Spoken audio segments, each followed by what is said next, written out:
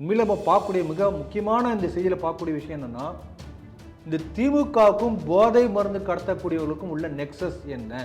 பொது இடங்களில் இந்த மாதிரி ஸ்பீக்கர் கட்டி மசூதிகளிலே கூட ஸ்பீக்கர் உபயோகப்படுத்தக்கூடாது 20 டெசிபலுக்கு மேலே என்று சொல்லி சுப்ரீம் கோர்ட்டே தீர்ப்பு கொடுத்தாச்சு. ஆனால் நாடு முழுக்க எந்த இடங்களையும் இது ஃபாலோ பண்ணுறதில்லை. அது அடுத்த விஷயம். கிட்டத்தட்ட பல கோடிக்கணக்கான ரூபாய் பெரும்பான்மை நிலங்கள் ஒவ்வொரு மாவட்டத்திலையும் சிஎஸ்ஐ அமைப்புக்கு அப்போ இருந்த பிரிட்டிஷ் அரசாங்கம் அப்படியே இலவசமாக கொடுத்தது. இந்த அறத்தின் அடிப்படையில் தான் நம்முடைய மனித வாழ்க்கையே அமைந்திருக்கின்றது என்பது நம்ம நாட்டினுடைய அசைக்க முடியாத ஒரு கோட்பாடு.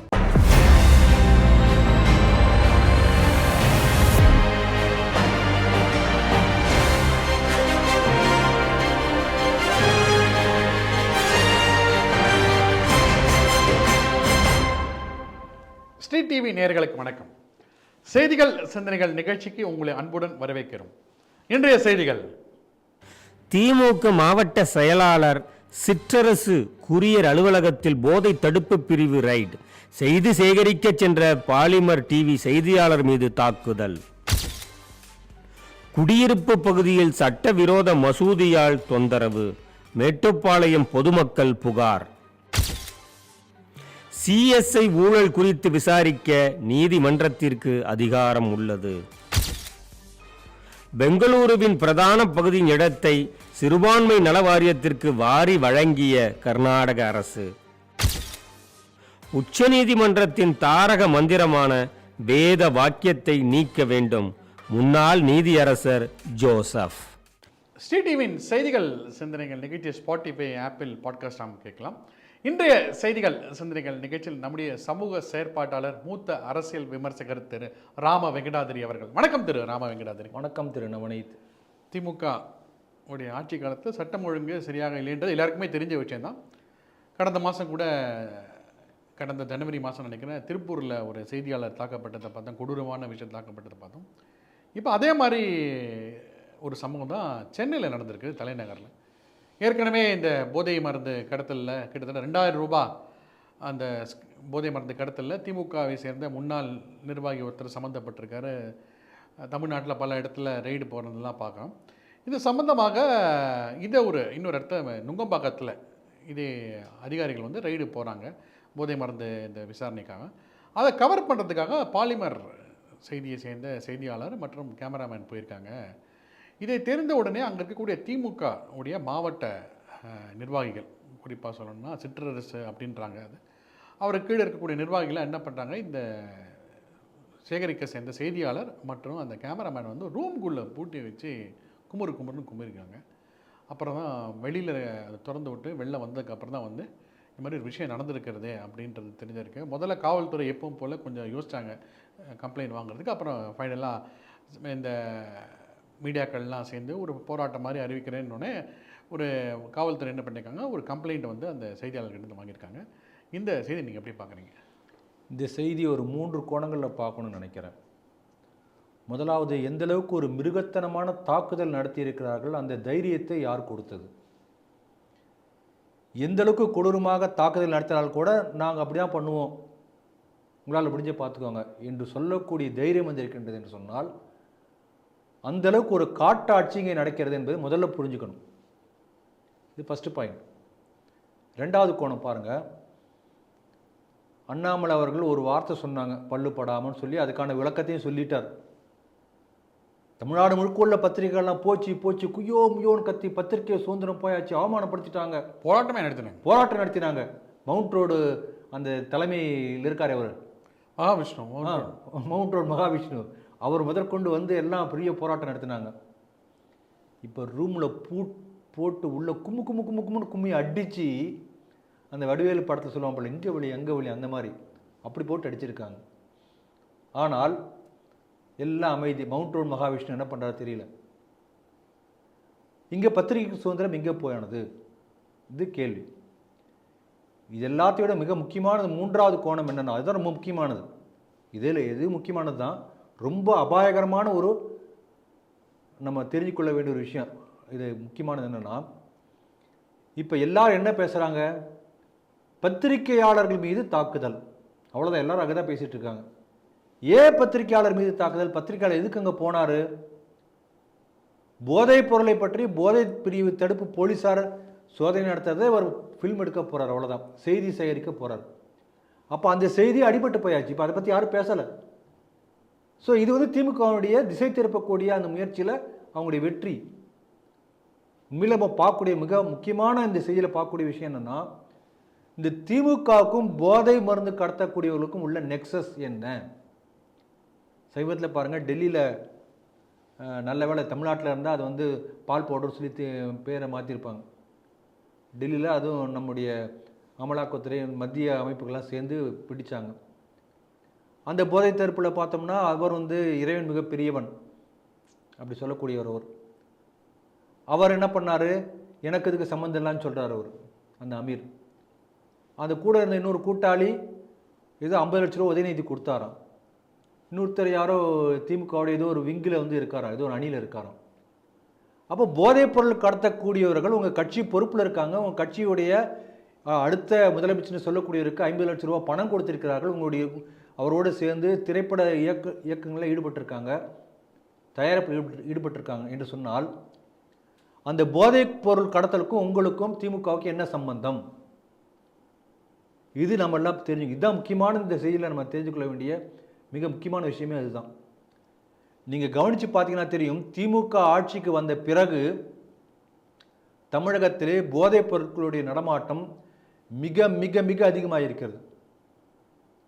நீங்கள் வந்து வெளிப்படையாக நீங்கள் சாதாரண உங்கள் கண்களை திறந்து வைத்து கொண்டு, நான் மெட்ராஸ் வச்சு சொல்கிறேன், மற்ற ஊரில் என்னன்னு தெரியாது, மெட்ராஸில் எந்த பகுதி, குறிப்பாக கொஞ்சம் சாதாரண மக்கள் வாழக்கூடிய பகுதி, ஏழை மக்கள் வாழக்கூடிய பகுதி, அந்த பகுதியில் நீங்கள் போனீங்கன்னா அங்கே உள்ள இளைஞர்கள் முழுக்க முழுக்க முழுக்க போதைப் பொருளுக்கு அடிமையாக இருக்காங்க. அவங்க அப்பாலாம் பார்த்தா டாஸ்மாக் அடிமை. அந்த வீட்டில் அந்த அம்மாக்கள் தான் ஏதோ வீட்டு வேலை செஞ்சு குடும்பத்தை காப்பாற்றிட்டு இருக்காங்க. இதான் சூழ்நிலை. 2 வாரத்துக்கு முன்னால் பாருங்கள், அந்த உதயம் தியேட்டர் பக்கத்தில் அந்த ஜங்ஷன் அந்த சிக்னல் நின்றுருக்கேன். போலீஸ் வந்து ஊது அப்படின்னாரு. என்ன சார், பகலில் ஒரு 4-5 மணி இருக்கும், குடிச்சிருக்கீங்களா செக் பண்ணணும் அப்படின்னாரு. ஏன்னா என்ன பார்த்தா குடிச்ச மாதிரி இருக்காங்க கேட்டேன் நான். என்ன சொல்கிறாரு, இல்லை இந்த ஜங்ஷன் அங்கே பார்த்தீங்கன்னா டாஸ்மாக். ஆமாம், இங்கேயே டாஸ்மாக் இருக்குது, அதனால் இங்கே வரக்கூடிய ஒவ்வொருத்தரையும் ஊத சொல்லி டெஸ்ட் பண்ண சொல்லி எங்களுக்கு போலீஸ் டிபார்ட்மெண்ட்டில் இன்ஃபர்மேஷன் வந்திருக்கு, எங்களுக்கு மேலதிகாரிகிட்டேருந்து தகவல் வந்திருக்கு. இப்போ கேட்டேன், என்னங்க கடையை எங்கேயே வச்சுருக்கீங்க, நீங்கள் தான் கவர்மெண்ட் தான் கடை நடத்துது, அப்புறம் நீங்களும் போலீஸ் கவர்மெண்ட் தமிழ்நாடு கவர்மெண்ட் தானே? இல்லை சார், எங்களுக்கு இத்தனை பேர் பிடிச்சி ஃபைன் போட சொல்லியிருக்காங்க. அப்போ டாஸ்மாக் மூலமாக பணத்தை விற்று வரி வசூல், அதை வந்து வரி வசூல் பண்ணுற மாதிரி வருமானத்தை கல்லா கட்டுகிறது இந்த அரசாங்கம். அதே டாஸ்மாக் வாசலில் வந்து ஒரு போலீஸ்கார் நிற்க வச்சு ஊத வச்சு அவன்கிட்டேருந்து ஃபைனை வாங்கி அதுவும் கல்லா கட்டுது. அப்போ அரசாங்கம் என்ன வேலை பண்ணும்? இது வருமானம் தான் எதை வேணால் பண்ணுவாங்க போல் இருக்கு. நம்ம தமிழ்நாடு அரசாங்கம் வந்து எடப்பாடி அரசு ஆட்சியில் இருந்த போது இவங்க பேசினாங்க, கனிமொழி பேசினாங்க, விதவைகளை உருவாக்கி கொண்டிருக்கிறது தமிழகம் என்று பேசினார் இவர். இப்போ விதவைகள் வரலையா? அதை விட அதிகமாக டாஸ்மாக் கடை வந்து இருக்கிறது. இன்னும் இன்சென்டிவ் கொடுக்குறாங்க, நிறைய மார்க்கெட்டிங் பண்ணுறாங்க, நிறைய விற்கிறதுக்காக மோட்டிவேட் பண்ணுறாங்க. தீபாவளிக்கு ஒரு டார்கெட், அரசு அதிகாரிகள்லாம் உட்காந்து டாஸ்மாக் என்ன டார்கெட் ஃபிக்ஸ் பண்ணுறாங்க. மற்ற ஏதோ ஒரு பிஸ்கட் விற்கிற மாதிரி, வேறு ஏதோ ஒரு பொருள் விற்கிற மாதிரி டாஸ்மாக் விற்பது ஊக்குவிப்பதற்காக மார்க்கெட்டிங் நடவடிக்கை எடுக்கிறாங்க. இது ஒரு பக்கம். இன்னொரு பக்கம் பாருங்கள், போதைப் பொருள். இந்த போதைப் பொருளில் ரொம்ப ரொம்ப ரொம்ப ரொம்ப ஆபத்தான போதைப் பொருள் என்னென்னா சிந்தட்டிக் ட்ரக். நீங்கள் கஞ்சாவோ சிகரெட்டோ டாஸ்மாக்கோ நீங்கள் ஊதினா தெரிஞ்சிடும் நீங்கள் ஏதோ சாப்பிட்ருக்கீங்கன்னு. சிந்தட்டிக் ட்ரக் சாப்பிட்டா ஒன்றுமே தெரியாது, ஸ்மெல்லு தெரியாது, அது இன்னும் சீப்பாக கிடைக்குது. அதை போட்டானா ஒரு 4 மணி நேரம் அப்படியே போதையில் மறந்துட்டு இருக்காங்க பசங்க. டூலிப்னு ஒரு சமாச்சாரங்க, 11 ரூபாய்க்கு கிடைக்குது, ஸ்கூல் வாசலில் விற்கிறான். பல இடங்களில் போலீஸ்காரர்களுக்கு தெரிந்தே இந்த போதைப் பொருள் விற்பனம் அப்படி கனஜோரம் நடந்து கொண்டிருக்கிறது மெட்ராஸில். நான் பார்க்குறேன். நம்ம பல இடங்களில் அந்த நான் சொல்லக்கூடிய இந்த மாதிரி இடங்களில் வேத விஞ்ஞான ஆராய்ச்சி மையத்தின் சார்பாக டியூஷன் சென்டர் நடக்குது, மாலை நேர வகுப்புகள் இலவசமாக அந்த உள்ள ஏழை குழந்தைங்களுக்கு நடத்திட்டு இருக்கோம். அங்கே வரக்கூடிய மாணவர்கள் இதை டூலிப் சாப்பிடுகிறார்கள். அதை வாங்கி நாக்கில் அடிச்சிட்டானா 4 மணி நேரம் அப்படியே மப்பில் இருப்பான், சிரிச்சுட்டே இருப்பான், திட்டினாலும் ஏறாது. அந்த மாதிரி ஸ்டூடெண்ட்ஸை பார்த்து ஸ்பாட் அவுட் பண்ணி அவங்களுக்கு வந்து கவுன்சிலிங் கொடுத்து இந்த வேலையை செஞ்சிட்ருக்கோம். எத்தனை குடும்பங்கள், அடுத்த தலைமுறையே வீண். ஆனால் இதை வைத்து வருமானம் பார்க்கக்கூடிய அது எல்லாம் யாருன்னு பார்த்தீங்கன்னா திமுக கட்சி ஆளாக இருப்பான், இல்லை அவரோட பினாமியாக இருப்பான். போலீஸுக்கு தெரியாமலோ திமுக கட்சிக்கு தெரியாமலோ இந்த அளவுக்கு கொடிக்கட்டு பறக்குமா வியாபாரம்? சின்ன சின்ன கடையில் இருக்கிறது போதைப் பொருள், மிட்டாய் மாதிரி, கேக் மாதிரி, பிஸ்கட் மாதிரி, அந்த மாதிரி போதைப் பொருள் சமாச்சாரம் 10 ரூபா, 11 ரூபா, 20 ரூபாய்க்கு பல்வேறு வகைகளில் தள்ளுவண்டியில், ஸ்கூல் வாசலில், காலேஜ் வாசலில் எங்கே போயிட்டு இருக்கு தமிழ்நாடு? அப்போ இந்த போதைப் பொருளுக்கும் திமுக அரசாங்கத்துக்கும் உள்ள தொடர்பு என்ன, நெருக்கம் என்ன? இது வெள்ளை அறிக்கை விடணும். எந்த அளவுக்கு சீரழிஞ்சு கொண்டிருக்கிறது. அதனால தமிழகம் ஒரு மிகப்பெரிய ஆபத்தான சூழ்நிலை போதைப் பொருளை பொறுத்தவரை போய்கொண்டிருக்கிறது. பலமுறை இதை பற்றி நாம் ஸ்ரீடிவியில் பேசியிருக்கிறோம். அதற்கு இந்த அரசு உறுதுணையாக இருக்கின்றதா என்கின்ற ஐயப்பாடு எல்லோருக்கும் வந்திருக்கிறது. இப்போ வந்த செய்திகள்லாம் பார்க்கும்போது திமுக கட்சிக்கும் போதைப் பொருளுக்கும் ஒரு பெரிய தொடர்பு இருப்பது நமக்கு தெரிய வருகிறது. இந்த போதைப் பொருள் நீங்கள் எடுத்தீங்கன்னா இந்த போதையிலிருந்து எல்லாமே ஆரம்பிக்கும். நீங்கள் பார்த்தீங்கன்னா இன்டர்நேஷனல் லெவலில் அந்த போதைப் பொருள் சமாச்சாரத்தை பார்த்தீங்கன்னா இந்த போதையை கடத்தக்கூடிய எல்லாமே ஆயுத கடத்தல் பண்ணுவான். போதை மருந்து கடத்தவன் டெரரிஸ்டாக இருப்பான், குண்டு வைப்பான். ஆகவே ஒட்டுமொத்த சமூக சீர்குலைக்கும் ஆரம்ப கர்த்தாவாக இருக்கக்கூடிய யார் பார்த்தா போதைப் பொருள் தான். அங்கிருந்தால் எல்லாமே ஆரம்பிக்கும். அப்படிப்பட்ட விநாச காலத்துக்கு தமிழகத்தை இட்டு சொல்லக்கூடிய அதற்கு ஆதரவு தரக்கூடிய அரசாக இப்போ இருக்கக்கூடிய அரசு இருக்கிறது என்பதை மக்கள் புரிந்து கொள்ள வேண்டும். அதைத்தான் இந்த செய்தி காட்டுவதாக நான் நினைக்கிறேன். மேட்டுப்பாளையத்தை சேர்ந்தவர் கவின் கார்த்திக் ஒரு மேட்டுப்பாளையம் இன்ஸ்பெக்டருக்கு ஒரு கோரிக்கையை லெட்டர் மூலமாக வைக்கிறார். மாதிரி என்ன சொல்கிறாருன்னா, நாங்கள் ராமசாமி நகரில் கிட்டத்தட்ட 100 வருஷத்துக்கு மேலே எங்களுடைய முன்னோர்கள்லாம் நாங்கள் இதே ஏரியாவில் பிறந்து வளர்ந்தது. சமீப காலத்தில் ஒரு 10 ஆண்டுகளுக்கு முன்னால் ஒரு மதராசா பயிற்சி கல்வி மையம் ஆரம்பித்தாங்க. நாங்களும் பரவாயில்ல, மத நல்லெண்ணத்துக்காக ஓகேன்னு சொல்லி நாங்களாம் பரவாயில்ல அப்படின்னு இருந்தோம். இப்போ கடந்த 5 வருஷமாக என்னென்னு பார்த்தோன்னா, ஒலிபெருக்கிகள் மூலமாக வைத்து அது ஒரு மசூதி போல் ஒரு அமைப்பாக மாற்றி இது இடையூறாக இருக்கிறது. இங்கே வயசானவங்களாம் ஏற்கனவே இருக்காங்க. இந்த மாதிரி ஒரு விஷயம் இருந்ததே கிடையாது. ஏன்னா நாங்கள் பரம்பரையாக அந்த பகுதியில் இருக்கிறவங்க ரொம்ப இடையூறாக இருக்கிறது. ஏன்னா ஆரம்பத்தில் ஒரு கல்வி மையமாக இருந்தது, இப்போது ஒரு பள்ளி வாசலாக மாறி இப்போது ஒலிபெருக்கி மூலமாக, அதுவும் தடை செய்யப்பட்ட ஒலிபெருக்கி மூலமாகலாம் வருது. அதனால் எங்களுக்கு ஒரு டிஸ்டர்பன்ஸாக இருக்கிறது. அதனால் நீங்கள் தாழ்மையுடன் அதை அகற்ற வேண்டும் அப்படின்னு சொல்லி ரொம்ப தாழ்மையாக ஒரு லெட்டர் எழுதியிருக்காரு கவின் கார்த்திக்ன்றவர். இந்த செய்தி நீங்கள் எப்படி பார்க்குறீங்க? இந்த ஹிந்துக்கள் அப்படி பணிவுடன் தாழ்மையுடன் தான் கேட்டுக்கொள்வார்கள். நீங்கள் இது தொடர்ந்து பல இடங்கள் நடக்கக்கூடிய ஒரு செய்தி நம்ம வெளிச்சத்துக்கு இப்போ நீங்கள் சொன்ன வந்திருக்கிறது.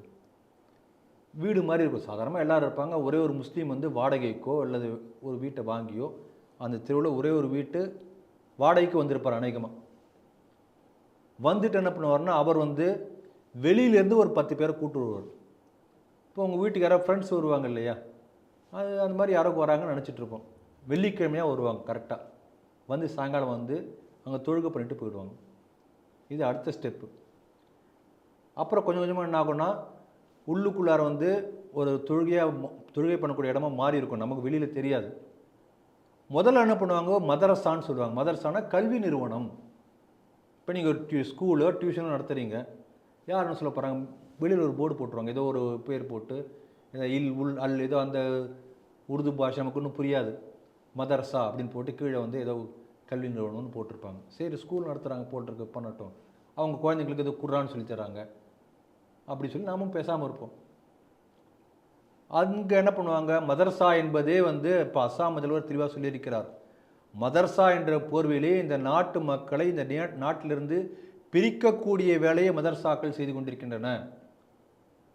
நீங்கள் மதரசான்னு சொன்னீங்கன்னா அங்கே நான் ஒரு ஆளை அப்பாயிண்ட் பண்ணுவேன், பார்ப்பார் அவர். இப்போ ஸ்கூல் இருக்குது, இப்போ ஏதோ ஒரு ஸ்கூல் இருக்குது, ப்ரைவேட் நடத்துகிறாங்கன்னு வச்சுக்கலாமே, 6ஆம் கிளாஸு 7ஆம் கிளாஸு 7ஆம் கிளாஸ் ஏதோ ஒரு பாடம் நீ நடத்த முடியுமா? தமிழ்நாடு டெக்ஸ்ட் புக் சொசைட்டி ஒரு புக்கு போட்டிருப்பான், இல்லை சிபிஎஸ்சினா ஒரு புக் போட்டிருப்பாங்க, இந்த ஹிஸ்ட்ரினா இதான் நடத்தணும், இங்கிலீஷ்னா அது ஃபிக்ஸ் பண்ணியிருப்பாங்க. அதே போல் மதர்சானா நீ ஏதோ உருது சொல்லிக் கொடு, இது சொல்லிக் கொடு, ஆனால் நீ என்ன நடத்துங்கிறது நான் முடிவு பண்ணுறேன். இதுதான் உன்னுடைய மதக்கல்வியை நீ சொல்லிக் கொடு.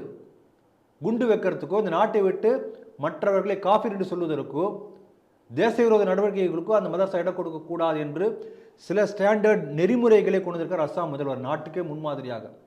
ஆனால் என்ன பண்ண மதரசாவில் வந்து என்ன வேணால் சொல்லி தருவாங்க. இந்த மதரசாவுக்கு போகக்கூடிய பாதி பேர் மூளைச்சலவை செய்யப்பட்டு இந்த நாட்டை வெறுக்கக்கூடியவர்களாக மாற்றப்பட்டிருக்கிறார்கள். இது நடந்துகிட்ருக்கு.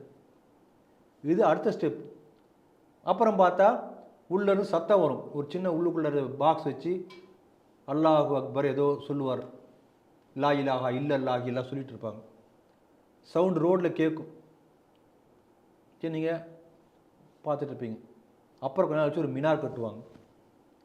அதன் பிறகு அங்கே ஒரு மைக்கை ஸ்பீக்கர் கட்டிடுவோம். பொது இடங்களில் இந்த மாதிரி ஸ்பீக்கர் கட்டி மசூதிகளிலே கூட ஸ்பீக்கர் உபயோகப்படுத்தக்கூடாது 20 டெசிபலுக்கு மேலே என்று சொல்லி சுப்ரீம் கோர்ட்டே தீர்ப்பு கொடுத்தாச்சு. ஆனால் நாடு முழுக்க எந்த இடங்களையும் இது ஃபாலோ பண்ணுறதில்லை. அது அடுத்த விஷயம். ஆனால் இதே போல் ஸ்பீக்கர் கட்டி இப்போ ஆரம்பிப்பாங்க. அங்கே இருக்கிறது ஒரே ஒரு முஸ்லீம் தான் இருப்பான். வாரத்துக்கு ஒரு முறை ஒரு 10 முஸ்லீம் வேற எங்கேருந்து வருவாங்க. ஆனால் அங்கே இருக்கக்கூடிய நூற்றுக்கணக்கான ஆயிரக்கணக்கான ஹிந்துக்கள் மற்ற மதத்தை சேர்ந்தவர்களுக்கு இடைஞ்சல் கொடுப்பதற்காகவே இந்த செயல் செய்து கொண்டிருப்பார்கள். இது தொடர்ந்து நடந்து கொண்டிருக்கிறது. இப்போ சமீபத்தில் கூட பாருங்கள், வேலூரில் பஜாரில் ஒரு இடத்த வந்து இதே போல் ஒரு இடத்த வந்து ஒரு முஸ்லீம் ஒருத்தர் ஒரு கடை வச்சிருக்கார். உடனே அதை மசூதியை மாற்றுறார். பெரிய போராட்டம் நடந்தது. அதன் பிறகு அது வந்து இழுத்து மூடப்பட்டது. தொடர்ந்து இப்போ இடத்தில் பண்ண என்ன பண்ணுவாங்க, சாதாரணமாக இப்போ இந்த அவரை பாராட்டணும், உடனே புகார், பணிவுடன் தாழ்மையினாவது ஒரு புகார் கொடுத்துருக்கார். பொதுவாக என்ன பண்ணுவாங்க ஹிந்துக்கள், ஐயோ இந்த மாதிரி இடஞ்சலா சரி நம்ம என்ன பண்ணலாம், இந்த வீட்டை காலி பண்ணிட்டு வேறு வீட்டுக்கு போயிடலாம். அப்போ இந்த பக்கம் உள்ளவன் அப்படி நினைப்பான், அந்த பக்கம் உள்ளவன் அப்படி நினைப்பான். வீடு பூட்டி இருக்கும், அந்த வீட்டுக்கு யாரும் வாடகைக்கு வரமாட்டாங்க. அப்போ வீட்டு உரிமையாளர் சரி வித்துலான்னு நினைப்பார், விலைக்கு வாங்குறது வரமாட்டாங்க. அப்போ பாதி விலைக்கு இதே முஸ்லீம் 2 வீட்டையும் வாங்கிடுவார். இப்படித்தான் தஞ்சாவூரில் உள்ள பெரும்பாலான அக்ரஹாரங்கள் முழுக்க முழுக்க இன்றைக்கு புகழ்பெற்ற பாடல் பெற்ற தலங்கள் இருக்கக்கூடிய தஞ்சாவூர் அக்ரஹாரங்கள் பல இழுத்து மூடப்பட்டு அது முழுக்க வந்து கிட்டத்தட்ட அரேபியாவில் உள்ள ஒரு நிலம் போல மாறி இருக்கிறது. இப்படி தான் மாற்றப்பட்டது. கொண்டு பசுமாட்டை வெட்டி வீட்டு வாசலில் போட்டு போயிடுவான். ஐயோ ஐயோ ஐயோ சொல்லிட்டு அந்த ஐயர் காலி பண்ணிட்டு போயிடுவார். அந்த வீட்டை வாங்கிடுவான், அல்லது வாங்காமையே கூட ஆக்கிரமிச்சிருவான். இதான் நடக்கும். ஆகவே மசூதி, மத வழிபாடு, தொழுகை என்ற பெயரிலே அடுத்தவர்களுக்கு இடைஞ்சலை ஏற்படுத்தி ஆக்கிரமிக்கக்கூடிய லேண்ட் ஜிகாத் தான் நடந்து கொண்டிருக்கிறது. அதுதான் இந்த மாதிரி இந்த பேர் நடக்குது. நீங்கள் சொன்ன செய்தியை நான் இப்படி தான் நான் பார்க்குறேன். இப்போ இந்த மாதிரி கட்டுறாங்க இல்லையா மசூதின்னு சொல்லி அவர் புகார் கொடுத்தார் இல்லையா, கொஞ்ச நாள் கழிச்சு அங்கே வந்து விநாயகர் சதுர்த்தி வரும், அடுத்த செப்டம்பரில் வரும், ஆகஸ்ட் செப்டம்பரில். அவங்க ஊரில் வச்சு அந்த திருவிழா போனோம்னா கூடாது, நாங்கள் இங்கே அல்லா சாமி இங்கே இருக்கார், நீங்கள் கொட்டு மேலே கொட்டு போனால் அல்லாவுக்கு நித்திரை கெட்டு போயிடும். பண்ணுவாங்களா மாட்டாங்களா? ஆக நேற்றுக்கு வந்த புதுசாக முளைத்த மசூதி பல நூற்றுக்கணக்கான ஆண்டுகளாக அந்த கோயிலில் ஊழல் நடந்துட்டு இருக்கும். அந்த ஊழலத்தை நடத்தக்கூடாது என்று கட்டுப்பாடு விதிப்பார்கள். இது நடக்கிறது. அதனால் இது வந்து விழிப்போடு இருந்து அங்கே உள்ள இந்துக்கள் புகார் கொடுத்திருக்கிறார்கள், பாராட்டுகிறோம். இந்த மேட்டுப்பாளையம் பகுதி ஏற்கனவே வந்து நீங்கள் பார்த்தீங்கன்னு சொன்னால் பல ஹிந்து இயக்க தலைவர்கள் வெட்டி கொல்லப்பட்டிருக்கிறார்கள், தாக்குதல் நடத்தப்பட்டிருக்கிறார்கள். அந்த மேட்டுப்பாளையம் மட்டும் இல்லை, மேட்டுப்பாளையம் தாண்டி நீலகிரி மாவட்டம் முழுக்க போனீங்கன்னாவே நீலகிரி மலையே கிட்டத்தட்ட முழுக்க முழுக்க கொஞ்சம் கொஞ்சமாக வியாபாரம் முழுக்க டீ எஸ்டேட்டு அந்த பகுதி முழுக்க அந்த மலப்புறத்தினுடைய முஸ்லீம்களுடைய கைக்கு கொஞ்சம் கொஞ்சமாக போய்கொண்டே இருக்கிறது. நமக்கு ரொம்ப கூர்ந்து கவனிக்கணும். இன்னொரு பக்கம் நீலகிரி மாவட்டத்தில் தேயிலை தோட்டத்தில் வேலை செய்யக்கூடிய கூலி வேலை செய்யக்கூடியவர்கள்லாம் இதற்கு முன்பு வரை தமிழ்நாட்டிலிருந்து ஸ்ரீலங்காவுக்கு சென்று ஸ்ரீலங்காவில் பல ஆண்டுகளாக தேயிலை தோட்டத்திலே வேலை செய்தவர்கள் திருப்பி வந்து இங்கே வேலை செஞ்சுருப்பாங்க. அதுதான் இதுக்கு முன்னால் உள்ள ஒரு 10 வருஷம் முன்னால் உள்ள சூழ்நிலை. இப்போது என்ன என்ற சூழ்நிலை என்று சொன்னால் பல தேயிலை தோட்டங்களிலே ஹிந்திக்காரங்க அப்படின்னு அவங்க சொல்கிறாங்க. ஆனால் ஹிந்திக்காரங்க யாருன்னா பங்களாதேஷிலிருந்து சட்டவிரோதமாக ஊடுருவல் செய்த முஸ்லீம்கள். அந்த மலப்புரம் மாவட்டத்தை மையமாக வைத்து மலப்புரம் எக்ஸ்டென்ஷன் ப்ராஜெக்ட் என்று இதை பற்றி ஏற்கனவே நம்ம பேசியிருக்கோம். மலப்புரம் என்பது எப்படி முஸ்லீம் பெரும்பான்மை மாவட்டமாக இருக்கிறதோ அதே போல் அதை சுற்றி இருக்கக்கூடிய மங்களூர் பகுதியும் நீலகிரியும் அதே போல் பண்ணணும் என்று அவர் முயற்சி ஆரம்பித்து செய்து கொண்டே இருக்கிறார்கள். இப்போ அதே போல் பார்த்தீங்கன்னு சொன்னால் நீலகிரியில் இப்போ ஏற்கனவே எருமாடில் பெரிய பிரச்சனை வந்தது 20 வருஷத்துக்கு முன்னாலேயே. அங்கே உள்ள சிவன் கோயிலில் வந்து ஒரு பிணத்தை வைத்து ஆக்கிரமித்து எல்லாம் செய்தார்கள். இப்போ சமீபத்தில் கூட நான் போயிட்டு வந்தப்போ சில இடங்களுக்கு போயிருந்தேன் கௌதமன் அவர்களோட. பல இடங்களில் இன்னும் அது கொஞ்சம் கொஞ்சமாக மெதுவாக வியாபாரமும் இந்த லேண்டு முழுக்க வந்து முஸ்லீம்கள் கைக்கு போய் கொண்டிருக்கிறது. இப்படிப்பட்ட ஆபத்தான சூழ்நிலை வந்திருக்கிறது. ஆகவே விழிப்போடு இருந்து அந்த இளைஞர் முயற்சி செய்திருக்கிறார். இதுவரைக்கும் போலீஸ் நடவடிக்கை எடுக்கலை. பாருங்கள், இதே ஒரு ஹிந்து கோயில் சம்பந்தமான ஒரு பிரச்சனை வந்ததுன்னா உடனே வந்து என்ன பண்ணுவாங்க, எல்லாம் வந்து நமக்கு எல்லா கட்டுப்பாடுகள் விதிப்பாங்க. இந்த மாதிரி ஒரு புகார் கொடுத்து கூட இது வரைக்கும் எந்த நடவடிக்கை எடுக்கலை. இந்த அரசாங்கம் அந்தளவுக்கு இந்து விரோத அரசாங்கமாக இருந்து கொண்டிருக்கிறது. அதையும் பார்க்கணும். ஆகவே அவருடைய அந்த முயற்சியை பாராட்டுகிறோம். இந்துக்கள் ஒருங்கிணைந்து போராடி அந்த இடத்திலிருந்து அந்த மசூதி வராமல் தடுப்பதற்கான எல்லா முயற்சியும் எடுக்க வேண்டும்.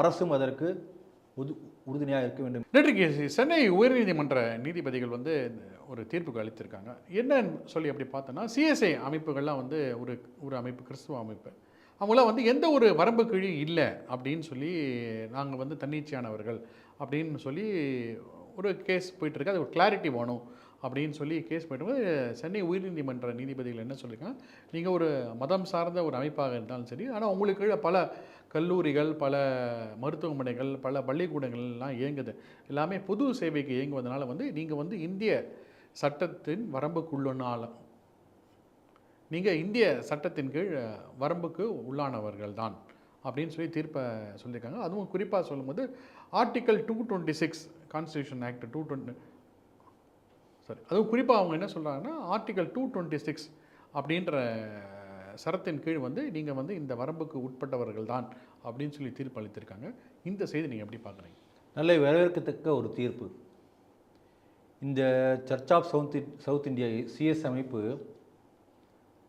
பிரிட்டிஷ்காரர்கள் நம் நாட்டை ஆண்ட போது கிட்டத்தட்ட ஏராளமான பொது நிலங்கள், பல இடங்களில் நூற்றுக்கணக்கான ஏக்கர் நிலங்கள் நகரனுடைய மையப்பகுதியில் அரசாங்கம் வந்து இவங்களுக்கு கொடுத்துருக்காங்க. கிறிஸ்துவ நிறுவனங்களுக்கு கொடுத்துருக்காங்க. எல்லா கிறிஸ்துவ நிறுவனங்களுக்கும். மத்திய அரசுக்கு அப்புறம் இந்தியாவில் வந்து ஒட்டுமொத்தமாக நிலம் வைத்திருக்கிறதே கிறிஸ்துவ நிறுவனங்கள்லாம்.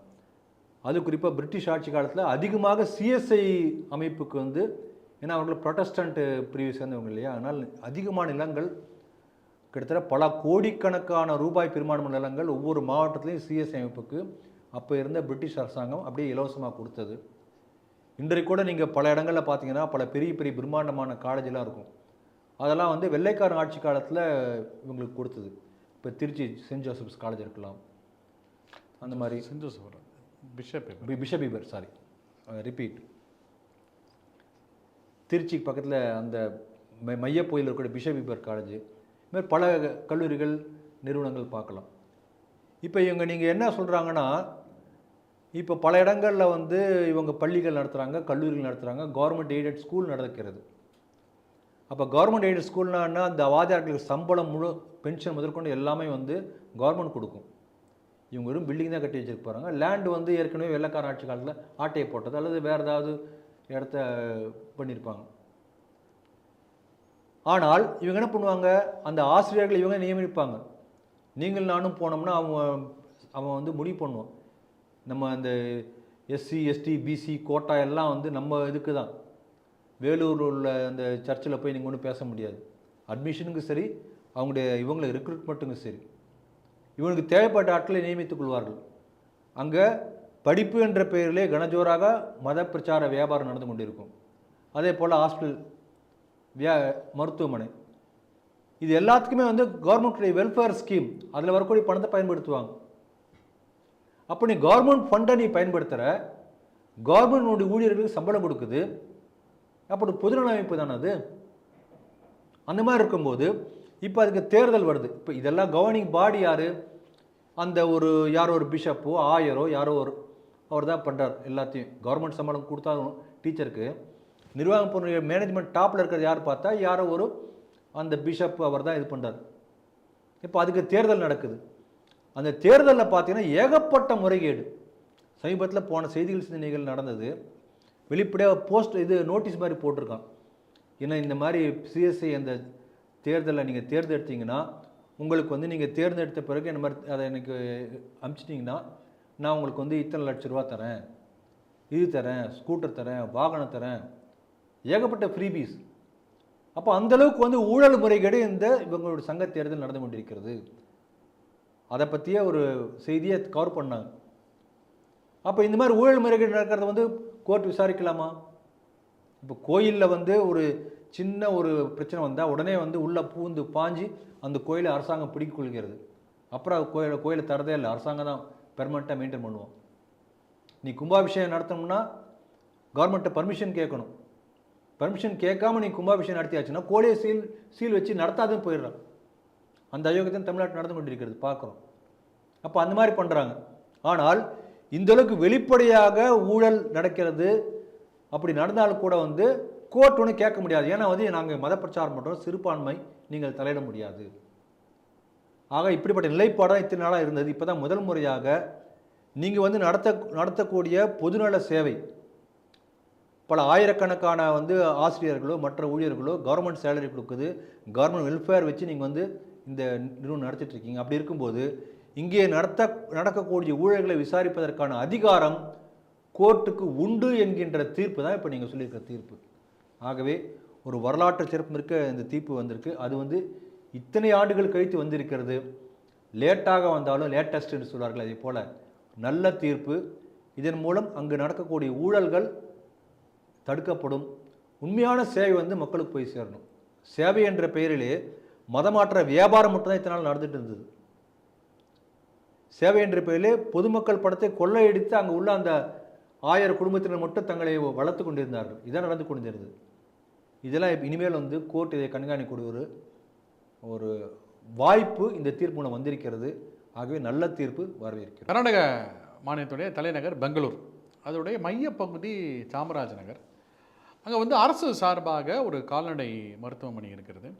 அது பக்கத்தில் அதுக்கு சம்மந்தமான ரிசர்ச் அப்படிலாம் இருக்குது. ஒரு மையப்பகுதியில் கிட்டத்தட்ட பல ஏக்கர்களான நிலம் இருக்கிறது. இப்போது கர்நாடக அரசு சார்பாக ஒரு அறிக்கை வந்திருக்கிறது. என்னென்னா, இது கால்நடை மருத்துவமனையோட ஃபெசிலிட்டிஸ், அதாவது வரக்கூடிய கால்நடைகளுடைய பாப்புலேஷன்லாம் கம்மியாக இருக்கிறது. பெரும்பாலும் கால்நடைகள்லாம் இங்கே வரது இல்லை. அதனால் இதோடைய உபயோகங்கள் கம்மியாக இருப்பதனால வந்து இவ்வளோ பெரிய இடம் எதற்கு? அதனால் நாங்கள் என்ன பண்ணுறோம், இந்த ஃபெசிலிட்டி, அதாவது இந்த கால்நடை மருத்துவ வளாகம் இருக்கக்கூடிய பல ஏக்கர்கள் இருக்கக்கூடிய நிலத்தை வந்து நாங்கள் கர்நாடக மாநிலத்துடைய சிறுபான்மையர் நலத்துறைக்கு வந்து நாங்கள் மாற்றி ட்ரான்ஸ்ஃபர் பண்ணிடுறோம். இந்த மருத்துவமனை வந்து இங்கேருந்து வேறு ஒரு லொக்கேஷனுக்கு வந்து சின்னதாக அமைக்கிறதுக்கான உத்தரவை நாங்கள் பிறப்பித்திருக்கோம். ஏன்னா பசுமாடெல்லாம் இப்போ இல்லை, நிறைய பெரிய பெரிய மிருகங்கள்லாம் வந்து இங்கே வந்து யூஸ் பண்ணாதனால இந்த ஹாஸ்பிட்டலை வந்து க்ளோஸ் பண்ணிவிட்டு இந்த லேண்டை வந்து நாங்கள் சிறுபான்மை நலத்துறைக்கு வந்து ட்ரான்ஸ்ஃபர் பண்ணுறோம், அதாவது வந்து மாற்றித் தருகிறோம் அப்படின்னு சொல்லி ஒரு அரசாணையை வெளியிட்டிருக்காங்க. இதுக்கு கர்நாடகா பாஜக சார்பாக கடுமையான கண்டனங்கள் தெரிவிக்கப்பட்டது. அவங்க என்ன சொல்கிறாங்க, நாங்கள் சிறுபான்மையினருக்கு எதிரானவங்க இல்லை, பட் ஆனால் இதை மூடி கொடுக்கணுன்ற அவசியம் இல்லை, ஏற்கனவே வக்ஃப் வாரியத்துக்கு சொந்தமான பல நிலங்கள்லாம் இருக்கிறது, அதெல்லாம் நீங்கள் யூஸ் பண்ணலாம் அப்படின்னு சொல்லி அவங்களும் சொல்லியிருக்காங்க. இந்த செய்தி நீங்கள் எப்படி பார்க்குறீங்க? அங்கே ஆளக்கூடிய காங்கிரஸ் அரசு முழுக்க முழுக்க சிறுபான்மைக்கு தாஜா செய்யக்கூடிய அரசாக செயல்பட்டு கொண்டிருக்கிறது. காங்கிரஸ்னாவே தாஜா தான். காங்கிரஸுடைய வரலாறு எடுத்து பார்த்தீங்கன்னா, சுதந்திர போராட்ட காலத்திலிருந்தே காங்கிரஸ் கட்சி, அந்த காங்கிரஸ் தான் இந்த காங்கிரஸ் இவங்களாம் சொல்லிக்கிறாங்க, பேரை தவிர மற்றபடி எதுக்கும் சம்மந்தம் இல்லை. இருந்தாலும் கூட அப்பிருந்து இப்போ வரை முஸ்லீம்களை தாஜா செய்ய வேண்டும் என்பது மட்டுமே ஒரே கொள்கையாக இந்த காங்கிரஸ் கட்சி தன்னுடைய பாலிசியாக இருந்திருக்கிறது. அதாவது நாட்டை வெட்டி, அதனால தான் இந்த நாடை வெட்டி பிளக்கப்பட்டது. பல லட்சக்கணக்கான ஹிந்துக்கள் அந்த வீட்டை விட்டு வெட்டி கொலை செய்யப்பட்டு நடுரோடுக்கு வந்தாங்க. காங்கிரஸுடைய தவறான கொள்கை, அப்பீஸ்மெண்ட் பாலிசி. கிலாஃபத் மூவ்மெண்ட்டே அப்படி தான் வந்தது. இன்றைக்கு பாருங்கள், அதே கர்நாடகாவில் சில நாட்களுக்கு முன்னாடி 1 கோடி ரூபாய்க்கு அதிகமான வருமானம் உள்ள கோயில்கள் தங்களுடைய வருமானத்தில் 10% வந்து அரசாங்கத்துக்கு கொடுக்கணும் அப்படி சட்டம் போட முயற்சி பண்ணாங்க. கடுமையான எதிர்ப்பின் காரணமாக அதை கைவிட்டாங்க. அப்போ அரசாங்கம் என்ன நினைக்குது, இந்த காங்கிரஸ் அரசாங்கம் இந்து கோயில் வருமானத்தை பிடுங்கி அரசாங்கம் வச்சுக்கும், ஆனால் அரசுடைய நிலத்தை எடுத்து அப்படியே அள்ளி கொண்டு போய் முஸ்லீம்களுக்கு கொடுக்கும். ஏதோ ஒரு காரணம், இங்கே பசுமாடு வரல, எருமாடு வரல, ஏதோ ஒரு காரணம் சொல்லி எந்த அளவுக்கு வந்து அதனுடைய இது பாருங்க. இப்போ சமீபத்தில் அந்த அவங்களுடைய சபையில் பாகிஸ்தான் ஜிந்தாபாத் கோஷம் வந்தது ஆட்சி மன்றத்தில். எவ்வளோ பெரிய ஆபத்து பாருங்கள். ஆகவே இந்த முஸ்லீம் ஒரு பக்கம் வந்து முஸ்லீம்களை வந்து பிரிக்கக்கூடிய அந்த பிரிவினைவாதிகளுக்கு ஆதரவு தெரிவிக்கிறது. இப்போ நாடு முழுக்க வந்து அந்த ஹிஜாப் போராட்டம் நடந்தது இல்லையா, கர்நாடகாவில் தான் பெரிய அளவில் நடந்தது. எல்லா இடங்களையுமே தான் முஸ்லீம்கள் இருக்காங்க, ஸ்கூல் இருக்குது, எல்லா இடத்துக்கும் தான் பசங்க போயிட்டு இருக்காங்க. ஆனால் ஹிஜாப் எங்கே நடந்தது அந்த போராட்டம்? ஆகவே தலை தூக்கி வரக்கூடிய அந்த முஸ்லீம் தீவிரவாத எண்ணம் வந்து கர்நாடகா அதிகரித்து கொண்டிருக்கிறது. அதை காங்கிரஸ் கட்சி ஊதி வளர்த்து கொண்டிருக்கிறது. அதை பெரிய ஆபத்து. பாருங்கள், அங்கே லிங்காயத் என்று ஒரு பெரிய கம்யூனிட்டி. இப்போ என்ன பண்ணுறா, லிங்காயத் கம்யூனிட்டி வந்து ஹிந்துக்கள் இல்லை தனி என்று இப்போ அந்த அரசாங்கம் வந்து அதுக்கான முயற்சி செய்து கொண்டிருக்கிறது. ஏற்கனவே இதே சித்தாராமையா தலைமையில் வந்து அறிவிக்கிறது பார்த்தாங்க, அதை முயற்சி செய்கிறார்கள். ஆக இந்து சமுதாயத்தை வெட்டி பிளக்க நினைக்கிறார்கள், இந்து கோயில் சொத்தை பிடுங்க நினைக்கிறாங்க, இந்து சமுதாய மக்களையும் பிடுங்க நினைக்கிறார்கள், பிடுங்கி தனியாக ஒரு ஜாதின்னு போட்டு அது தனி இந்துக்கள் எல்லாம் நினைக்கிறார்கள். இப்படி செய்துவிட்டு அந்த சிறுபான்மை முஸ்லீம்களை தாஜா செய்வதற்காக எல்லாத்தையும் கொடுக்க தயாராக இருக்கிறார்கள். திப்பு ஜெயந்தி கூட திப்பு ஜெயந்தி கொண்டாடி கொண்டிருக்கிறார்கள். அதனால் இது வந்து மிக ஒரு என்ன சொல்கிறது, ஒரு ஆபத்தான ஒரு போக்கு கர்நாடக அரசாங்கம் போய்கொண்டிருக்கிறது. அபாயகரமான போக்கு. அங்கு உள்ள பாஜக முன்னெடுத்து இதை தடுத்து நிறுத்த முயற்சி செய்து கொண்டிருக்கிறது. அவர்களுடைய வாழ்த்துக்கள்.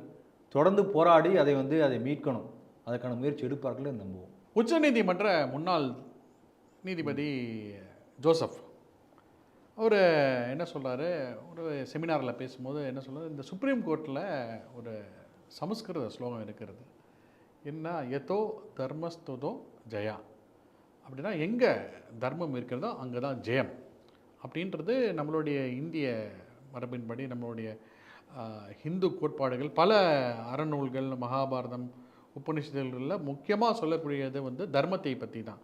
எங்கே தர்மம் இருக்கிறதோ அங்கே தான் ஜெயம். ஸோ அதை கருவாக எடுத்துக்கொண்டு உச்சநீதிமன்றத்தில் இருக்கக்கூடிய அந்த டேக்லைன் அப்படின்றது வந்து எதோ தர்மஸ்ததோ ஜெயா அப்படின்றது இருக்கிறது, அதை வந்து நீக்க வேண்டும் அப்படின்னு சொல்லி நான் இப்போ கூட சமீபத்தில் உச்சநீதிமன்ற தலைமை நீதிபதிகிட்ட கூட கோரிக்கை வைத்திருக்கேன் அப்படின்னு சொல்லியிருக்காரு. இந்த செய்தி நீங்கள் எப்படி பார்க்குறீங்க? இந்த செய்தி நடந்த இடம் எந்த பிளாட்ஃபார்மில் என்பதையும் நம்ம பார்க்கணும்.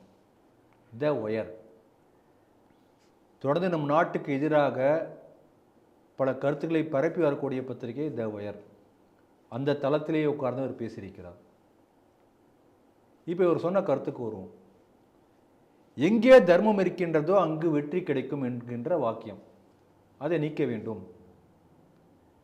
இப்படி சொன்னது மூலமாக இவருடைய கிறிஸ்துவ முகம் மெல்ல எட்டி பார்த்திருக்கிறது. அப்படி தான் நான் பார்க்குறேன். எனக்கு தெரிஞ்ச டாக்டர் ஒருத்தர், அவர் வந்து சமீபத்தில் ஒரு 5-6 வருஷம் இருக்கும், இதே அமெரிக்காவில் வந்து ஒரு சர்வதேச கான்ஃபரன்ஸுக்கு அவர் கூட பல நண்பர்கள்லாம் போயிருக்காங்க.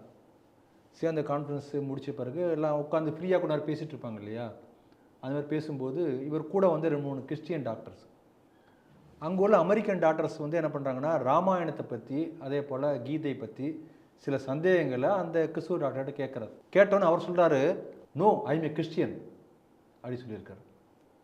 உடனே அவர் கேட்டிருக்காரு, அதனால் என்ன நீங்கள் கிறிஸ்துவ, நீங்கள் என்ன மதம் நான் கேட்கலையே, ராமாயணத்தில் இந்த சந்தேகம் எனக்கு இருக்குது, உங்களுக்கு தெரியுமான்னு தான் கேட்டேன், நீங்கள் கிறிஸ்துவனே நான் கேட்கலையே அப்படின்னு அவர் சொல்லியிருக்காரு. நான் கிறிஸ்துவனாக இருக்கிறதுனால நான் தெரிஞ்சுக்க வேண்டிய அவசியம் இல்லை. அப்போ அந்த டாக்டர் சொல்லியிருக்காரு, நான் வந்து அமெரிக்கன், ஆனால் வாழ்க்கையினுடைய பல உன்னதமான கருத்துக்களை தெரிந்து கொள்வதற்காக நான் ராமாயணம் படிக்கிறேன், கீதை படிக்கிறேன், ஆனால் உங்கள் நாட்டினுடைய பாரம்பரியத்தை, அதனுடைய வேர்களை தெரிந்து கொள்ள வேண்டும் என்று சொன்னால் இங்கு உள்ள ஒவ்வொரு கிறிஸ்துவனும் முஸ்லீமும் ராமாயணம் மகாபாரதம் படித்தே ஆக வேண்டும், கீதை படிக்கணும், அப்போ தான் உங்கள் நாட்டினுடைய பாகவதம் படிக்கணும், உங்கள் நாட்டுடைய பாரம்பரியம் என்பது உங்களுக்கு தெரியும்னு அதை சொல்லி தான் அவர் சொன்னார். இப்போ இந்த இவருக்கு வருவோம், இந்த ஜோசப்புக்கு வருவோம். நம்ம நாட்டினுடைய புருஷார்த்தம் என்று சொல்லுவாங்க, சதுர்வித புருஷார்த்தம், தர்ம அர்த்த காம மோட்சம், தமிழில் அறம் பொருள் இன்பம் வீடு. இந்த அறத்தின் அடிப்படையில் தான் நம்முடைய மனித வாழ்க்கையே அமைந்திருக்கின்றது என்பது நம்ம நாட்டினுடைய அசைக்க முடியாத ஒரு கோட்பாடு. அறத்துக்காக தான் வாழ்க்கையை. இப்போ அந்த காலத்தில் இப்போலாம் புக்கு எழுதுகிறாங்க, பெஸ்ட் செல்லர் புக்கு எழுதினோடனே என்ன பண்ணுவாங்க, புக்கு வந்து எந்த பர்பஸ்க்காக எழுதின சொல்லி ஆத்தர் ஒரு நூல் முகம் ஒரு பக்கம் பின்னால் இப்போ பேக்கில் போடுவாங்க, சிலதை முதல் பக்கத்தில் போடுவாங்க. இந்த காரணத்துக்கு அந்த புக்கு எழுதியிருக்கேன், இந்த கருத்தை வலியுறுத்தி எழுதியிருக்கேன், ஒரு 4 லைன் எழுதியிருப்பாங்க. நம்முடைய நாட்டில் எழுதப்பட்ட, இதுக்கு முன்பு எழுதப்பட்ட எந்த புத்தகங்களாக இருந்தாலும் சரி, தமிழ்லையோ மலையாளத்திலேயோ தெலுங்குலேயோ ஹிந்திலேயோ கன்னடத்திலேயோ பெங்காலிலேயோ மராத்தியிலேயோ எந்த மொழியில் எந்த புத்தகம் கவிதை உரைநடை எழுதப்பட்டிருந்தாலும் இந்த நூல் எப்படி அறம் பொருள் இன்பம் வீடு இந்த நான்கினுடைய கருத்துக்களை வலியுறுத்துகின்றது என்பதை பற்றி அந்த நூலாசிரியர் ஒரு வரி எழுதியே ஆகணும். கம்பராமாயணமாக இருந்தாலும் சரி, கம்பராமாயணத்தில் சொல்லப்பட்டிருக்கிறது எப்படி அரணை வலியுறுத்துகிறது இந்த நூல். எல்லா புத்தகத்திலும் நூலை பற்றி ஒரு 4 வரியாவது ஒரு போயம். எப்படி இந்த சதுர்வித புருஷார்த்தம் 4 வகையான வாழ்க்கை கோட்பாடுகளை இந்த புத்தகம் சொல்லுகிறது. அப்போ இந்த நாட்டினுடைய அடிப்படையே அறம் தர்மம் அதைத்தான் அங்கே சொல்லியிருக்கு. அப்போ இதற்கு ஒரு குழப்பம் இருக்குன்னு நம்ம நினைக்கலாம். இப்போ இவர் என்ன சொல்றாருன்னா, சட்டம் முக்கியமானது, லா சட்டம் முக்கியமானதா, legal we should abide by the law. எல்லா குடிமக்களுக்கும் உள்ள அடிப்படை உரிமை. அப்போ என்ன சொல்றாரு, சட்டம் இருக்கக்கூடிய கான்ஸ்டியூஷன்ல இந்த தர்மத்தை பற்றிய வாக்கியத்தை நீக்கிவிடு. இப்போ நான் கேட்குறேன், அவுரங்கசீப் நம்ம நாட்டை ஆட்சி பண்ணார், அப்போ சட்டம் இருந்ததா? இருந்தது. அப்போ தர்மம் இருந்ததா? இருந்தது. அப்புறம் ஆங்கிலேயன் ஆட்சி பண்ணான், அப்பயும் சட்டம் இருந்தது, அவன் ஒரு சட்டம் வச்சிருந்தான், இருந்தது. அப்போ தர்மமும் இருந்தது. இப்பயும் சட்டம் இருக்கிறது. ஐபிஎஸ் இந்தியன் வேற பேர் மாற்றிருக்காங்க, நம்முடைய அரசியலமைப்பு சட்டம், அப்புறம் தர்மமும் இருக்கிறது. ஆனால் அவுரங்கசீப் ஆட்சி காலத்திலும் அதே தர்மம், இன்றும் அதே தர்மம். ஆனால் சட்டம் மாறிக்கொண்டே இருக்கின்றது. அவுரங்கசீப் போட்ட சட்டம் இல்லை, இப்போ ஆங்கிலேயர் போட்ட சட்டம் இப்போ இல்லை. இப்போ உள்ள அரசியலமைப்பு சட்டம் இப்போ இருக்கிறது. இன்னொரு 100 வருஷம் கழிச்சு வேற சட்டங்கள் மாறலாம். ஆனால் சட்டங்கள் மாறிக்கொண்டே இருக்கும், அரசுகள் மாறிக்கொண்டே இருக்கும், தர்மம் அறம் மாறாது. எது மாறாததோ அது நம்முடைய அரசியலமைப்பு சட்டத்தில் அதை பற்றி குறிப்பிட்டிருக்காங்க. இந்த தெளிவு அவருக்கு இருக்கணும்னு நினைக்கிறேன் நான். இதுக்குள்ள வித்தியாசம். நம்ம நாட்டில் என்ன பண்ணுவாங்கன்னா, உலகத்திலே மிகப்பெரிய அரசியலமைப்பு சட்டம் அரசியல் சட்டம்னு பார்த்தா நம்ம நாட்டு சட்டம் சொல்லுவாங்க. ஆனால் நம்ம அரசர்கள் வாழ்ந்த காலத்தில் இந்த மாதிரி சட்டம் செக்ஷன் 404, 403, 32, 420 எதுவும் கிடையாது. ஆனால் அப்போ குற்றங்கள் குறைவாக தான் இருந்தது. அப்போ மக்களை வழிநடத்தி என்னன்னு பார்த்தா 2 தான். அப்போ சட்டமே 2 லைன் தான். எல்லா மக்களுக்கும் அது தெரியும். ஒன்லி 2 லைன்ஸ், அதுக்கு மேலே கிடையாது. 1 பேர் பாவம், 1 பேர் புண்ணியம். பாவத்துக்கும் புண்ணியத்துக்கும் பயந்து மக்கள் நடந்து கொண்டார்கள், அவ்வளோதான், சிம்பிள். கவர்மெண்ட்ல ஜட்ஜு யாருன்னா அந்த அரசன் தான் ஜட்ஜு. அவன் என்ன பண்ண போறான், எது ஜட்ஜ்மெண்ட்டு, நீ பண்ணது பாவமா புண்ணியமா, அவ்வளோதான் அவன் பார்க்க போறான். புண்ணியமா ஓகே, பாவமா இதான் தண்டனை. ஆக ரொம்ப சிம்பிளிஃபைடு லா நம்முடைய லா. இது எதை அடிப்படையில் இருந்தது, நம்முடைய தர்மத்தின் அடிப்படையில் இந்த மாதிரி இருந்தது. இன்றைக்கு என்ன ஆச்சுன்னா, சட்டத்தின் படி தான் நடக்கணும்னு நம்ம சொல்றோம் இல்லையா. இப்போ நீங்க பாருங்க, இப்போ யாரோ அந்த சீரியல் பாம் பிளாஸ்டில் இருந்த அந்த குற்றவாளியை அக்யூட் பண்ணிட்டாங்க. இப்போ சட்டப்படி அவர் இப்போ நிரபராதி, ஏதோ ஒரு காரணம் சொல்லி. நீங்கள் என்னதான் சட்டம் போட்டாலும் அந்த சட்டத்தில் உள்ள ஏதோ ஒரு இடுக்குகளை உள்ளே பூந்து திறமையான வக்கீல் வைத்து வாதாடி நீங்கள் சட்டப்படி சரியானவர் என்று நிரூபிக்க முடியும். அந்த ஆர்குமெண்ட்டை பேஸ் பண்ணி ஜட்ஜி தீர்ப்பு கொடுக்க முடியும். ஆனால் பாவ புண்ணியத்தில் அது மாதிரி ஏமாற்ற முடியுமா? நீங்கள் தவறு செய்திருந்தால் கிருஷ்ண பரமாத்மாவே ஆனாலும் கூட அந்த பாவத்துக்குரிய தண்டனை அவர் அனுபவிப்பார். இது இந்து தர்மம் சொல்லுது, சட்டம் அப்படி சொல்லலையே. இப்போ நான் வண்டி எடுத்துகிட்டு போகிறேன், நான் கரெக்டாக போகிறேன், எழுத்து மாதிரி நோயிட்டில் ஒருத்தர் மேலே இடிச்சிட்டாரு, ஓகேங்களா, கோர்ட்டில் கேஸ் நடக்குது. அன்னைக்குன்னு பார்த்து நான் என்னைக்கு போகிறேனோ முதல் நாள் என்னுடைய லைசன்ஸ் எக்ஸ்பைரி ஆகிடுச்சு, எனக்கு தெரியாது, மறந்துட்டேன். இப்போ சட்டப்படி யார் குற்றவாளி? நான் லைசன்ஸ் எக்ஸ்பைரி ஆனதில் நான் குற்றவாளி. அப்போ சட்டத்தில் உள்ள இது போல சில லூப் ஹோல்ஸ்னு சொல்கிறார்கள், ஓட்டைகளை பயன்படுத்தி கொண்டு தப்பிக்க முடியும். ஆனால் தர்மத்திலிருந்து நீங்கள் தப்பிக்க முடியாது. சாஸ்வதமானது தர்மம் தான். நம்ம இந்து தர்மத்தை பொறுத்தவரை தர்மம் என்று சொன்னாலோ சத்தியமே ஜெயத்தை போடுங்கிறாங்க.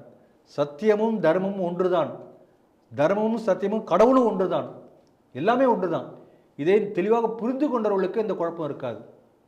அதனால் இந்த இவர் சொல்கிறாரு, இந்த சட்டம் நீதியெல்லாம் அவர் பேசும்போது என்ன சொல்கிறார், what's the purpose of law, என்ன நோக்கம்?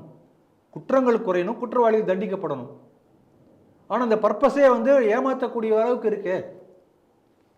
இல்லையா? அப்படி இருக்கும்போது உண்மையிலேயே குற்றங்களை குறைத்து குற்றவாளிகளை தண்டிக்கக்கூடிய தன்மையை தர்மமும் பாவம் புண்ணியம் இத்தனை வருஷமா செஞ்சிருக்கு இல்லையா? அப்போ தர்மம் வந்து சட்டத்தை விட மாறாமல் இருக்கக்கூடியது. இதே சட்டம் நாளைக்கு மாறக்கூடிய தன்மை உள்ளது. அதனால தான் அதை வந்து நம்முடைய அரசியலமைப்பு சட்டத்தில் அந்த மோட்டோவாக டேக்லைனில் சேர்த்திருக்கிறார்கள் என்று நான் நினைக்கிறேன். இதில் நம்ம முக்கியமாக நான் கவனிக்கக்கூடிய முக்கியமான விஷயம் என்னென்னா, ஒரு சுப்ரீம் கோர்ட் ஜட்ஜாக இருந்தாலும் சரி, ஹைகோர்ட் ஜட்ஜாக இருந்தாலும் சரி, ஒரு ஆர்டிஓவாக இருந்தாலும் சரி, ஒரு ஸ்கூல் எச்எம்மாக இருந்தால் கூட சரி, ஒரு ஸ்கூல் எச்எம் போன வருஷம் தேசிய கொடி ஏற்ற மாட்டேன், ஏன்னா வந்து எங்களுடைய கிறிஸ்துவ மத சடங்கு பிரகாரம் வந்து அவங்களுக்கு வந்து மத நம்பிக்கை பிரகாரம் எங்களுக்கு வந்து தேசத்தை விட வந்து ஜீசஸ் கிரைஸ்ட் தான் மேலானவர், அதுக்கு நாங்கள் வணக்கம் செலுத்த முடியாது என்று பேசுகிறார். பெரிய இஷ்யூ அந்த தருமபுரி மாவட்டத்தில். ஆக ஒரு பள்ளி மாணவரோ ஆசிரியரோ எந்த இடத்துல ஒரு கிறிஸ்துவர் இருந்தாலும் தான் ஒரு கிறிஸ்துவர் என்பதே அவர் தெளிவாக இருக்கார். அது மட்டுமல்ல, இந்த நாட்டினுடைய பாரம்பரியம் எதுவோ அதை மாற்ற வேண்டும் என்று தெளிவாக இருக்காங்க. அதாவது பாரதியத்தன்மை என்று நாம் சொல்கிறோம் இல்லையா? அந்த பாரதியத்தன்மை எதுவாக இருந்தாலும் அந்த பாரதியத்தன்மையை மாற்றணும், அதான் அவங்க நோக்கமாகவே இருக்கிறது. இதை நம்ம தெளிவாக புரிஞ்சுக்கணும். இப்போ பாருங்கள், நம்ம நாட்டினுடைய எல்லா அரசு நிறுவனங்கள்லாம் இருக்குது. நேவி இருக்கிறது, எல்ஐசி இருக்கிறது. எல்ஐசியுடைய டேக்லைன் போய் பாருங்கள், எல்லாமே பார்த்தோம்னு சொன்னால் வேத மந்திரங்களோ அல்லது நம்ம நாட்டில் இருக்கக்கூடிய ஸ்லோகங்களுடைய மந்திரங்களோ தான் இருக்கும். இப்போ இவங்களாம் என்ன நினைக்கிறாங்க, இதுதான் இந்துத்தன்மை, இதுதான் பாரதியத்தன்மை, நாட்டுடைய தேசியமே இதுதான். இந்த தேசியத்தன்மையை மாற்ற வேண்டும் என்பதற்காக அவங்கள யோசனை பண்ணுறாங்க. ஒரு கிறிஸ்துவ எந்த இடத்துல போய் இருந்தாலும், ஜட்ஜிலேருந்து ஆரம்பித்து வேறு எந்த ஒரு பொசிஷனுக்கு போனாலுமே இந்த நாட்டினுடைய தேசியத்தன்மையை மாற்ற வேண்டும் என்பதற்கான ஒரு பெரிய கலாச்சாரத்தன்மையை மாற்றுவதற்காக ஒரு முயற்சி தொடர்ந்து செய்து கொண்டே இருக்கிறார். அதுதான் இந்த செய்தி நமக்கு உணர்த்துவதாக நான் முக்கியமாக நினைக்கிறேன். அதனால் இவர் வந்து தன்னை வந்து ஒரு கிறிஸ்துவராக வெளிப்படையாக சொன்னதாக நமக்கு தெரிகிறது. அதனால் பாருங்கள், ஒரு பானுமதினு ஒரு அம்மா ஜட்ஜாக இருந்தாங்க. எனக்கு கனவுல வந்து ஜீசஸ் கிரைஸ்ட் வந்து ஒவ்வொரு ஜட்ஜ்மெண்ட் சொல்லுவாங்க, உடனே அதை நான் மறுநாள் படிச்சிருவேன் அப்படிலாம் சொல்லியிருக்காங்க. அதனால் இவர் கொடுத்த ஜட்ஜ்மெண்ட்லாம் கூட மறுபரிசீலனை பண்ணணும் அப்படிங்கிறது என்னுடைய அப்பீல். ஏன்னா தன்னை கிறிஸ்துவராக நினைக்கக்கூடிய ஒவ்வொருத்தருமே எப்படி வந்து தீர்ப்பு கொடுத்துருப்பாலும் சந்தேக வரத்தான செய்யலுமே எல்லாருக்குமே. ஆகவே அது என்னுடைய எதிர்பார்ப்பாக இருக்கிறது. ஆகவே நம்ம நாட்டினுடைய பாரம்பரியம் வேர்கள் அதை மாற்ற முயற்சிக்கக்கூடிய ஒரு கிறிஸ்டியன் லாபி தொடர்ந்து வேலை செய்து கொண்டிருக்கின்றது. அதனுடைய வெளிப்பாடாகத்தான் இந்த செய்தியை நான் பார்க்கிறேன். நன்றி திரு ராம வெங்கடாதிரி அவர்கள் வந்து கருத்து கூறுமைக்கு நன்றி. ஸ்ரீடிவியின் செய்திகள் சிந்தனைகள் நிகழ்ச்சி ஸ்ரீடிவியுடைய ஃபேஸ்புக் பக்கத்திலும், யூடியூப் பக்கத்திலும், இன்ஸ்டாகிராம் பக்கத்திலும், ட்விட்டர் பக்கத்திலும் மறக்காமல் லைக் பண்ணுங்கள், கமெண்ட் பண்ணுங்கள், ஷேர் பண்ணுங்கள். இப்போ நம்ம பேசின 5 செய்திகளும் ஸ்ரீடிவியுடைய அஃபிஷியல் ஃபேஸ்புக் பக்கத்திலும் யூடியூப் பக்கத்திலும் போஸ்ட் செய்யப்படும். அதையும் மறக்காமல் லைக் பண்ணுங்கள், கமெண்ட் பண்ணுங்கள், ஷேர் பண்ணுங்கள். ஸ்ரீடிவியின் செய்திகள் சிந்தனைகள் நிகழ்ச்சி ஸ்பாட்டிஃபை, ஆப்பிள் பாட்காஸ்டாகவும் கேட்கலாம். அதனுடைய லிங்க் டிஸ்கிரிப்ஷனில் கொடுத்திருக்கப்படும். செய்திகள் சிந்தனைகள் நிகழ்ச்சியில் மீண்டும் சந்திப்போம். நன்றி, வணக்கம், ஜெய்ஹிந்த்.